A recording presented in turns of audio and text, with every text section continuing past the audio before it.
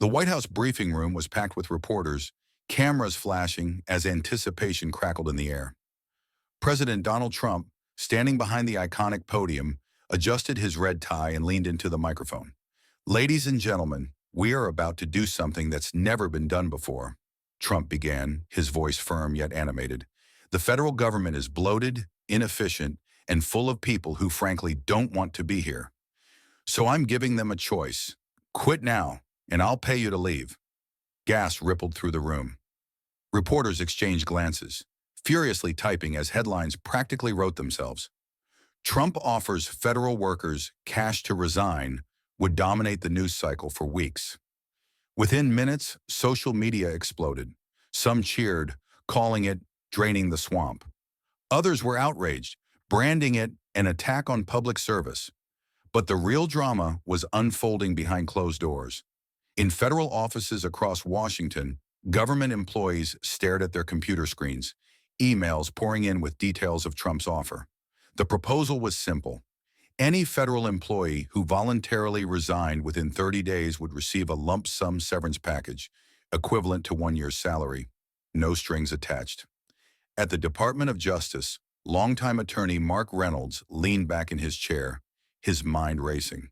Across town, in a cramped IRS office, single mother and tax analyst Rachel Donovan anxiously did the math in her head.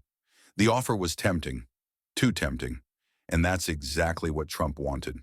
The news spread like wildfire. Cable networks dissected every angle of the offer, while online forums erupted into heated debates. Was this a genius business move or a reckless gamble? Inside a Starbucks in downtown D.C., a group of government workers huddled around a laptop. "This can't be real," one muttered, scrolling through the official memo. "Oh, it's real," another replied. "1 year's salary just to walk away? I'd be stupid not to take it." Not everyone saw it that way. Across the country, protests erupted. Union leaders called emergency meetings, warning that this was a thinly veiled attempt to purge career civil servants and replace them with Trump loyalists. In the White House, Trump watched the coverage with a satisfied grin. "They don't get it," he told his staff. "This is how you clean house. The people who believe in the mission will stay. The rest, they can take the money and run." Meanwhile, Mark Reynolds sat at his desk, staring at the email.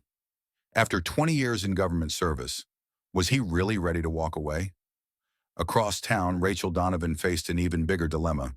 She needed financial security for her son, but she also loved her job. The clock was ticking, and for thousands of federal workers, the decision of a lifetime had just landed in their inbox. The days that followed were chaotic. The deadline loomed, and federal workers found themselves caught in a storm of pressure, confusion, and uncertainty. Newsrooms ran dramatic countdowns, interviewing analysts, politicians, and affected employees. Mark Reynolds watched his colleagues split into two groups, those eager to take the payout and those determined to stay. At lunch, the cafeteria buzzed with conversations. "I'm out," one coworker said, stuffing a sandwich into his mouth. "This government gig was never the dream. I'll take my year's salary and start my own business." Rachel Donovan sat quietly listening. She had spent years climbing the ranks, working tirelessly to make a difference. The idea of walking away felt like betraying everything she believed in. Over in the White House, Trump monitored the response closely. His advisors presented reports on who was staying and who was leaving. The data was fascinating. Many senior bureaucrats, those he had long viewed as obstacles, were accepting the offer. Meanwhile, younger, more ambitious staffers remained. "See," Trump said, leaning back in his chair, "it's working. We're draining the swamp." Outside, protests intensified. Union leaders called the move a dangerous experiment, warning of a crisis in public service. Late-night comedians mocked the situation, comparing it to a reality show elimination round. But for the employees making the decision, it wasn't a joke. For many, it was the hardest choice of their lives, and as the deadline approached, the tension reached its breaking point. As the final day of Trump's offer approached, federal offices across the country were in turmoil. Some departments were running skeleton crews, with employees packing up their desks, while others saw last-minute reversals. People who had signed resignation papers now hesitated, wondering if they'd made the right decision. Mark Reynolds sat at his desk, staring at the two documents before him, one confirming his resignation and payout, the other reaffirming his commitment to stay. He had spent nearly 2 decades in government, climbing the ladder, earning respect. Could he really walk away? His phone buzzed. A message from Rachel. "We need to talk." They met in a quiet corner of the building. Rachel's face was tense. "Mark, I just heard if too many of us leave, the entire agency could be restructured. We could lose funding, entire programs could disappear." Mark exhaled sharply. "I know, but I also know what it's been like here. The red tape, the politics.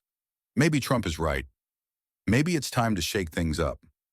Rachel shook her head. "Or maybe that's exactly what he wants. People like us leaving so he can put in whoever he wants. If we go, who replaces us?" Meanwhile, in the Oval Office, Trump's advisors were giving him the final numbers. "Mr. President, over 30% of eligible employees have accepted the offer. Many are mid to senior level. This is unprecedented." Trump grinned. "That's what I like to hear. The government's been bloated for too long. Time to make it lean and efficient." Back at the federal building, Mark watched as co-workers left in droves, some excited, some regretful. His hands hovered over the resignation document. The deadline was minutes away. He had to decide. The deadline passed. Across federal agencies, the fallout from Trump's bold move was becoming clear. Some departments were nearly emptied, while others remained intact, their workers refusing to budge. Mark Reynolds had made his choice. He stayed. But as he walked through the half-empty halls of his office, he couldn't shake the uneasy feeling in his gut. Desks were abandoned, nameplates removed, and the once bustling department felt like a ghost town.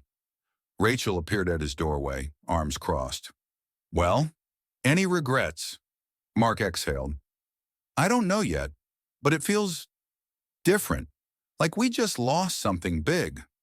At the White House, Trump was reviewing reports with his advisors. "So, what's the verdict? Did we clean house or what?" An aide nodded. "Yes, Mr. President.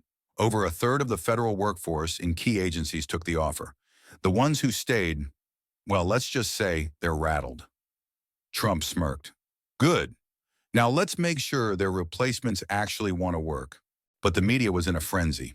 News anchors debated whether this was a genius move to streamline government or a reckless gamble that would weaken key institutions.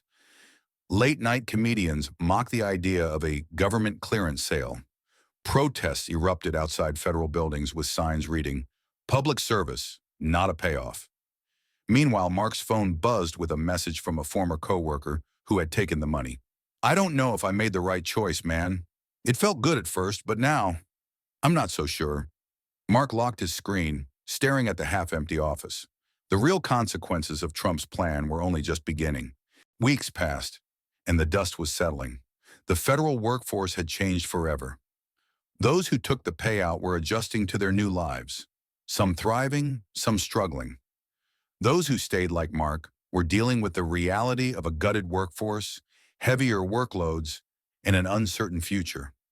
At a press conference, Trump stood before a sea of reporters. "Let's get one thing straight," he said, flashing his signature smirk. "The American people don't need a bloated bureaucracy. They need results. And guess what? We just cut the fat." Some in the crowd cheered, others scowled. A reporter shot up from his seat. "Mr. President, critics argue that essential agencies are now understaffed. How do you respond?" Trump leaned in. "I respond by saying, maybe they should have worked harder. Maybe they should have proven they deserved to stay. And for those who did, congratulations. You're the future of government efficiency." Behind the scenes, agencies scrambled to fill the gaps. Job postings skyrocketed. Fresh recruits were brought in, young, eager, and often inexperienced. The government had been reset, but at what cost? Mark sat in a staff meeting, staring at the unfamiliar faces around him. The expertise, the history, the institutional knowledge, so much of it had walked out the door with that paycheck. Now they were left to rebuild from the ground up. Meanwhile, on social media, former federal workers shared their stories. Some had started businesses, some retired early, and some, like Rachel, spoke out against the move. Public service isn't about money, she wrote in a viral post.